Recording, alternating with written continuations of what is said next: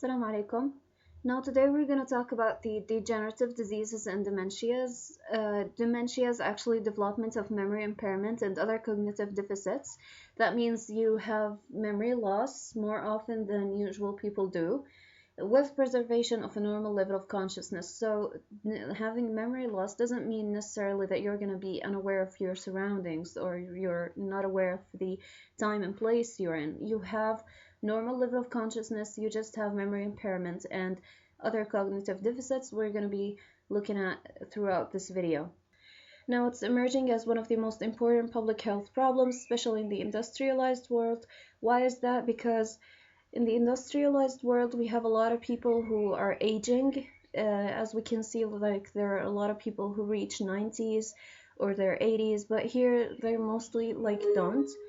And that's why the industrialized world has a medical and social and economic burden on them because of these dementias. Now, there are many causes of dementia, which we're going to talk about in a minute, but one thing we should really make sure to know is that dementia is not part of normal aging. It doesn't mean that as you grow up that you're definitely going to have Alzheimer's or other dementias, and always represents a pathologic process. So it's not a normal aging physiological process, it's always pathological. And some of them are sporadic and some are familial, and we're going to talk about them in just a moment. Now, the major causes of dementia, we have the primary neurodegenerative disorders. That means we have the disease is in the neuron itself. Like there's a degeneration of the neuron itself, and these are the most highly yield diseases in this chapter, which we're going to talk about in this video only about Alzheimer's, but later on you're going to see Huntington's, motor neuron diseases, and Parkinson's disease. Now, other not so high yield, like diffuse Lewy body disease, PIC, which is al-Qarad, other frontotemporal degenerations, progressive supranuclear palsy, which is causes problems with walking, balance, and eye movements, but we're not so concerned of it right now. Now, for the now of course the primary neurodegenerative diseases, the doctor said that احفظوها زين 100% لأنه عليها سؤال. Now, the infections, it's like prion-associated disorders like Creutzfeldt-Jakob disease, fatal familial insomnia, AIDS, PNL, like progressive multifocal leukoencephalopathy, viral infections like what happens in neurocephalus, which is, I think it's in the third stage of neurocephalus, and chronic meningitis. But those are not very important. Now, vascular and traumatic diseases, which we're going to talk about in a moment, like multi-infarct dementia, and other chronic vascular disorders like global hypoxic ischemic brain injury, of course, like when the blood flow to the brain is very largely decreased, that's going to affect the brain function and may cause dementia. Also, it could be caused by chronic subdural hematomas, and the doctor reminded us what's the cause of subdural hematomas. It's caused by rupture of a bridging vein. Now, for the other causes, we have metabolic and nutritional diseases like thiamine deficiency, which they call it Wernicke-Korsakoff syndrome. Now, this especially happens in alcoholics and those who actually drink a lot of alcohol. They have a problem, like they're addicted to alcohol. Vitamin B12 deficiency, especially for those who make gastric sleeve, endocrine diseases, and niacin deficiency, which they call it pellagra. Now, other miscellaneous disorders, like we have tumors, storage diseases of the neurons, toxic injury, like what happens in mercury, lead, manganese, and bromides. One example of mercury, like what happened in the fish in Japan, if you remember what happened.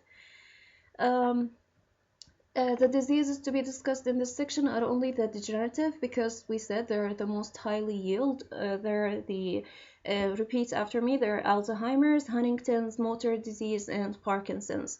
But we should know, it's very important to know that not all forms of dementia is degenerative. So it's not always a primary neurodegenerative disorders, which is what we said like a minute ago. We said that it could be like metabolic, it could be vascular or infections or tumors or any of the other reasons we said above. Now, vascular disorders, which we said we're going to talk about, like they're called the multi-infarct dementia. How does that happen? Now, this happens when patients suffer from for months or years. They develop dementia after they have multiple bilateral gray and white matter infarcts, which involves the centrum semi-ovale. Now, this is called vascular multi-infarct dementia when the pattern of injury preferentially involves larger areas. Now, this involves only smaller areas. When it involves only smaller areas, we call it vascular multi-infarct dementia.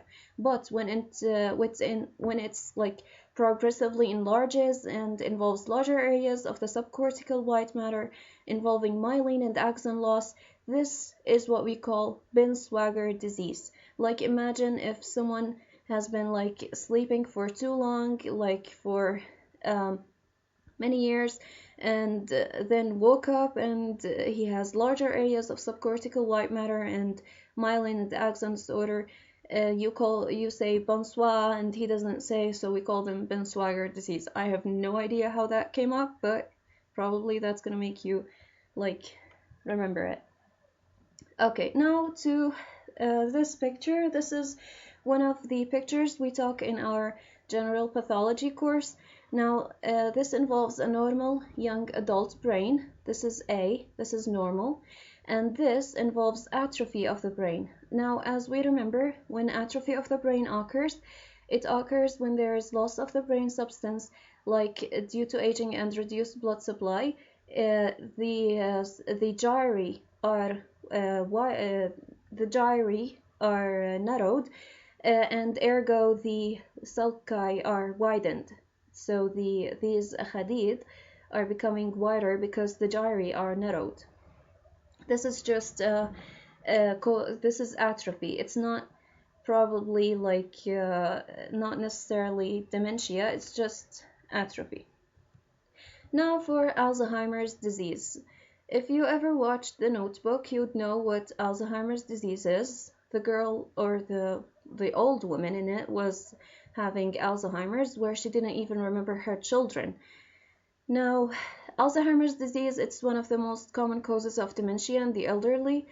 It becomes clinically apparent as insidious impairment of higher intellectual function, alterations in mood and behavior. So the early signs of Alzheimer's is higher intellectual functions, alterations in mood and behavior. The person becomes cranky or angry at times, but then like good at other times, and behavior is not like you look at them and you say, that's not you, you're not doing these stuff.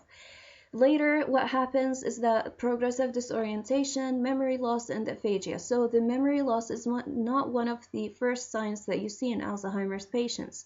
That's why early diagnosis can be done by clinical and radiologic methods, which we're going to talk about in just a moment. Now, as we said later, there happens progressive disorientation, memory loss, and aphasia, which is the inability to speak. These indicate severe cortical dysfunction because the cortical areas, they're responsible for these functions. And over the 5 to 10 years, just imagine if someone can't even orientate themselves, they have memory loss, they can't even speak. Over the next 5 to 10 years, they're going to be disabled, mute, and immobile. They're going to be like, I'm worthless. I don't know anything. I don't even remember anything. Like that lady in Notebook, she doesn't even remember her own children. Now, death usually occurs from intercurrent infections, like those infections that occur in the same period of the progression of the disease.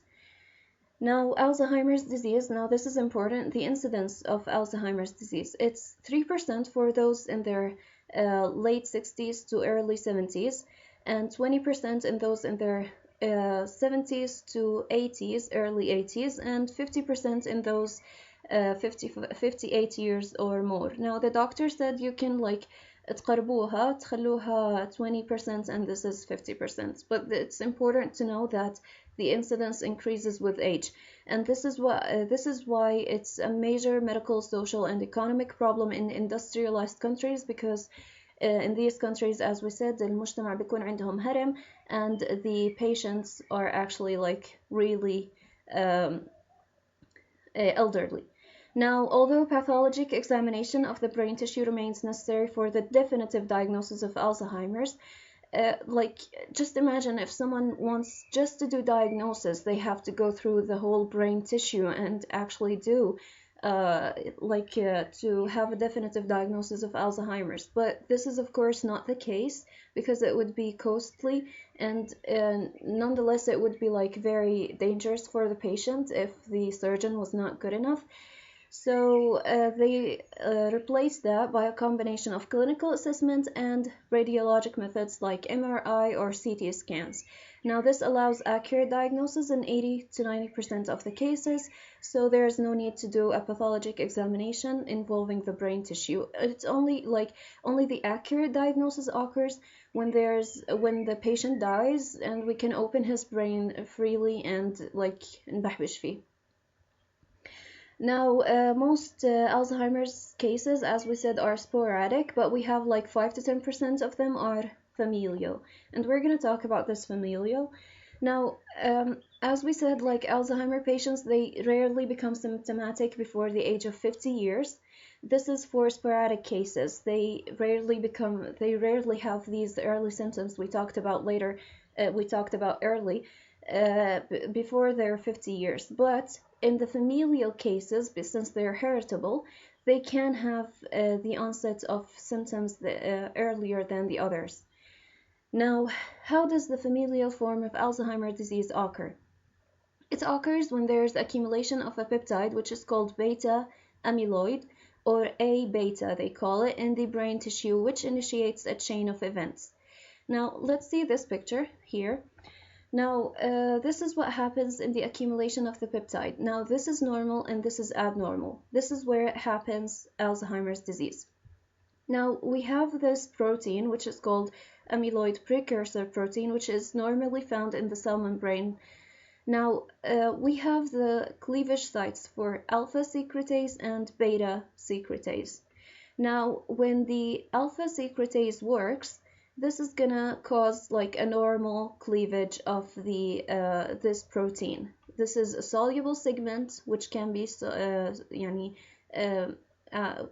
gone out, and this is the segment which stays in here. This is alpha secretase cleavage. So alpha secretase is the one that should be working in normal conditions, but when it's not normal condition, like when there's beta secretase, it breaks it causes cleavage, which causes this A-beta peptide. Now this A-beta peptide, it's not soluble, so it aggregates and causes amyloid fibrils.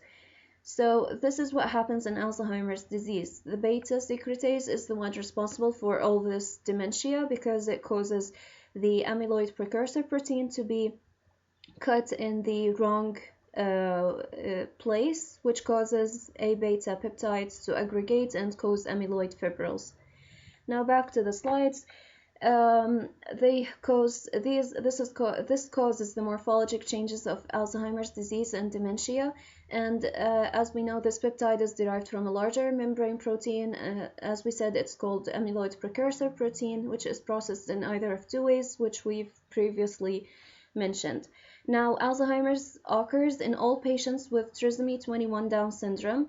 Why is that? We know Down syndrome people. Why is that? Because the gene encoding amyloid precursor protein is located on the chromosome 21, which causes this protein to be mutated. So it's definitely gonna happen, like Alzheimer's is definitely like 100%, it's gonna happen in all patients with Down syndrome who survive beyond 45 years.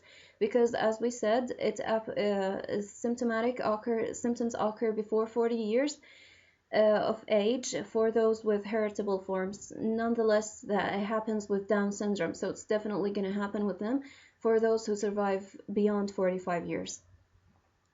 Now, the accumulation of A beta has several effects. We have, as we said, those fibrils, amyloid fibrils, like what they're going to do. If they were small, they're going to cause altering in the neurotransmission, which can be toxic to neurons and synaptic endings. Now, this is not very degenerative, but it has some toxic effects. Now, larger deposits are the ones that actually cause Alzheimer's because they're really large and they are in the form of plaques.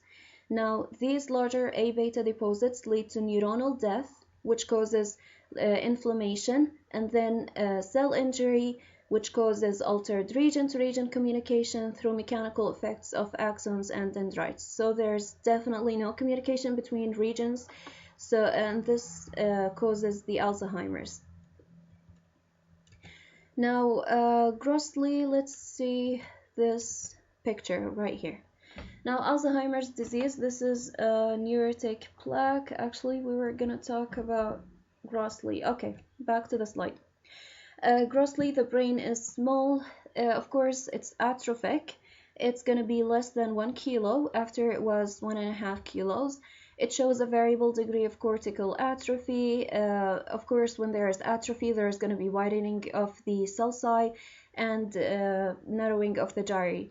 It occurs in the frontal, temporal, and parietal lobes, which is very important to know and differentiate because there's a disease we're going to talk about in a minute that involves only the frontal and temporal lobes. After that, compensatory ventricular enlargement occurs because the brain tissue and brain parenchyma is atrophic. Now, how is it diagnosed? As we said, it's diagnosed histologically, clinically, and by the radiological methods.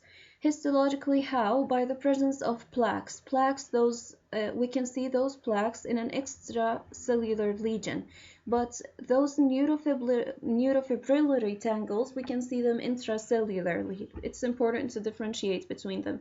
So we can see plaques and neurofibrillary tangles, but both of them are not specific because we can see them in other diseases or in other non-demented individuals, like they have it but they don't have dementia or Alzheimer's disease, but of course they don't have it as much as those with Alzheimer's. Those with Alzheimer's are going to have it much more than the normal individuals. So the current criteria for diagnosis is based on clinical and pathologic features, which we said the clinical, we're going to do some tests, like test their memory, their orientation, ask them for some important things like they're going to know about life, their memories, their short-term memories, their long-term, and all of those tests you can find online, or you can actually go to the doctor and ask them about it. And we have these pathologic features, like we said, we have plaques and the neurofibrillary tangles.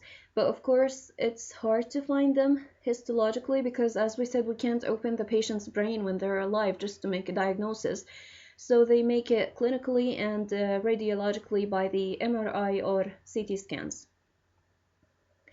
Now, there's fairly constant pattern of progression of involvement of brain regions. So we have the pathologic changes. Pathologic changes, they specifically they involve the plaques, tangles, and the associated neuronal loss and glial reaction.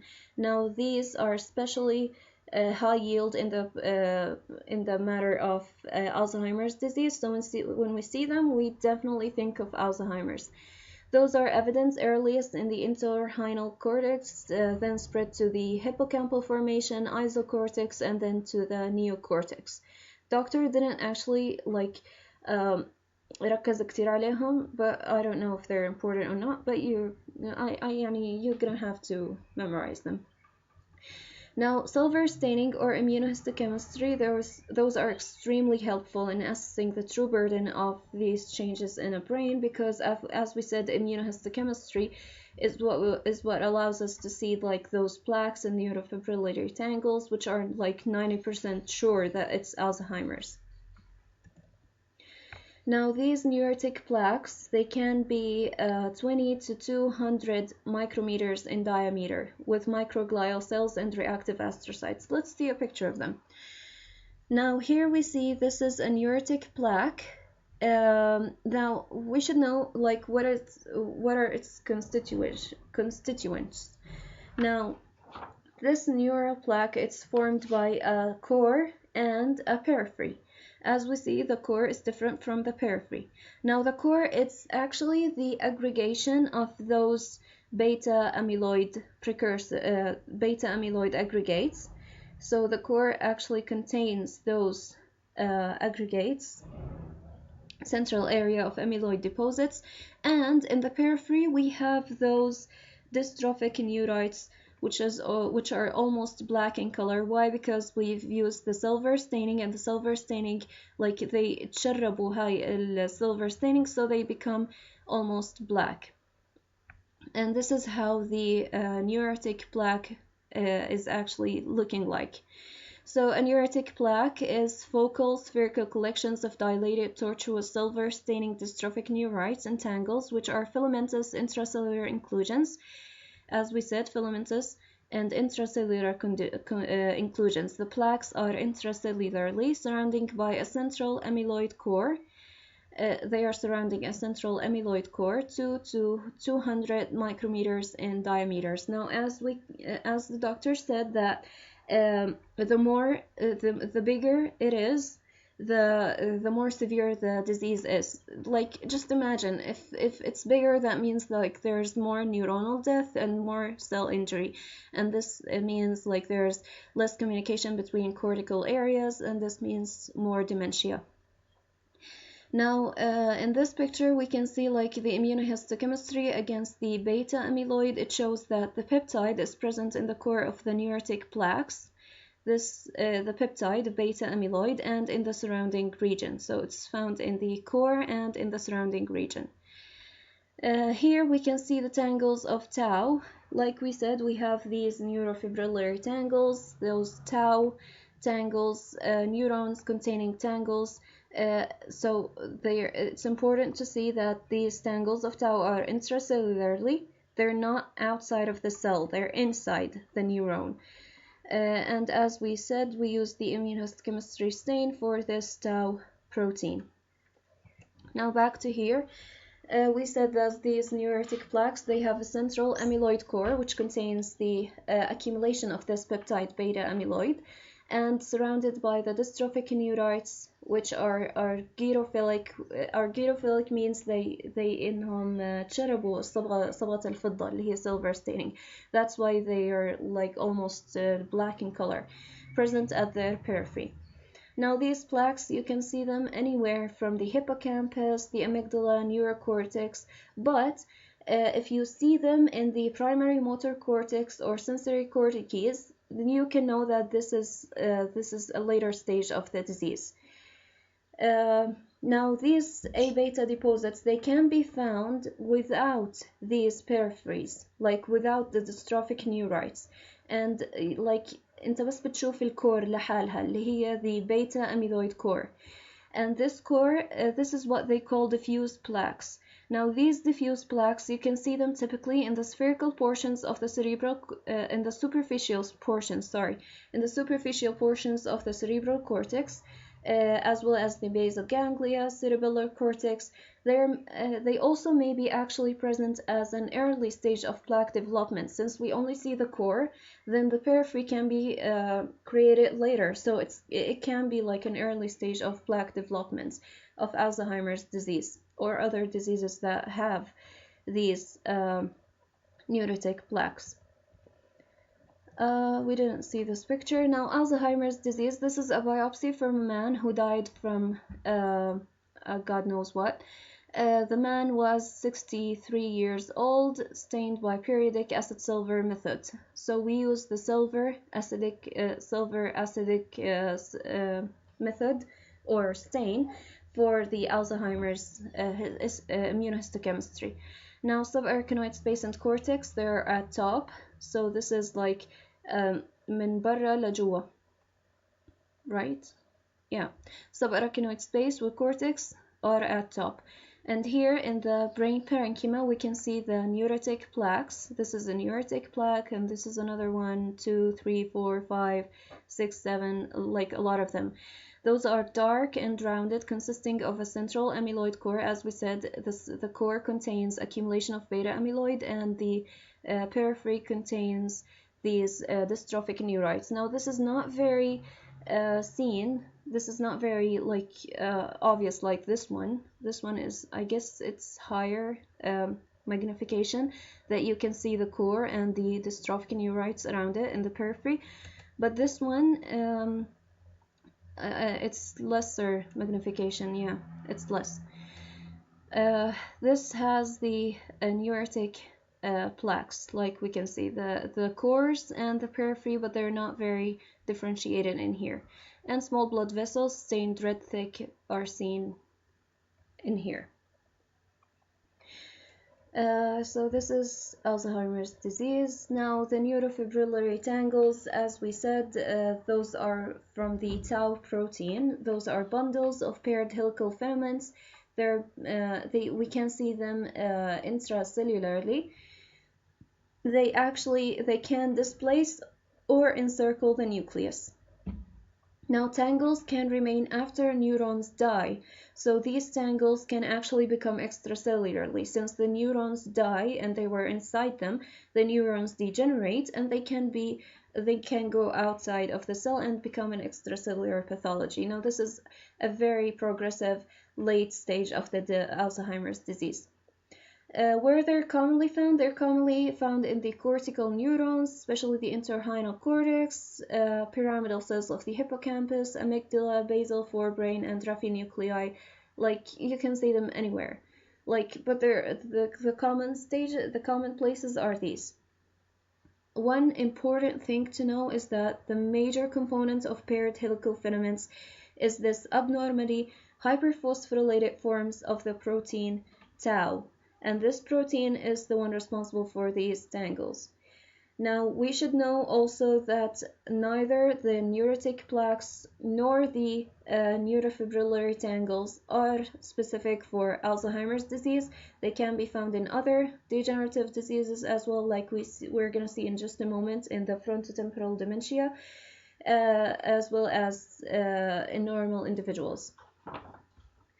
Now, let's see the frontotemporal dementia. This is another category of dementias. It occurs in mutations in the gene encoding tau. So there's a mutation in this gene, so it's going to accumulate, causing those neurofibrillary tangles.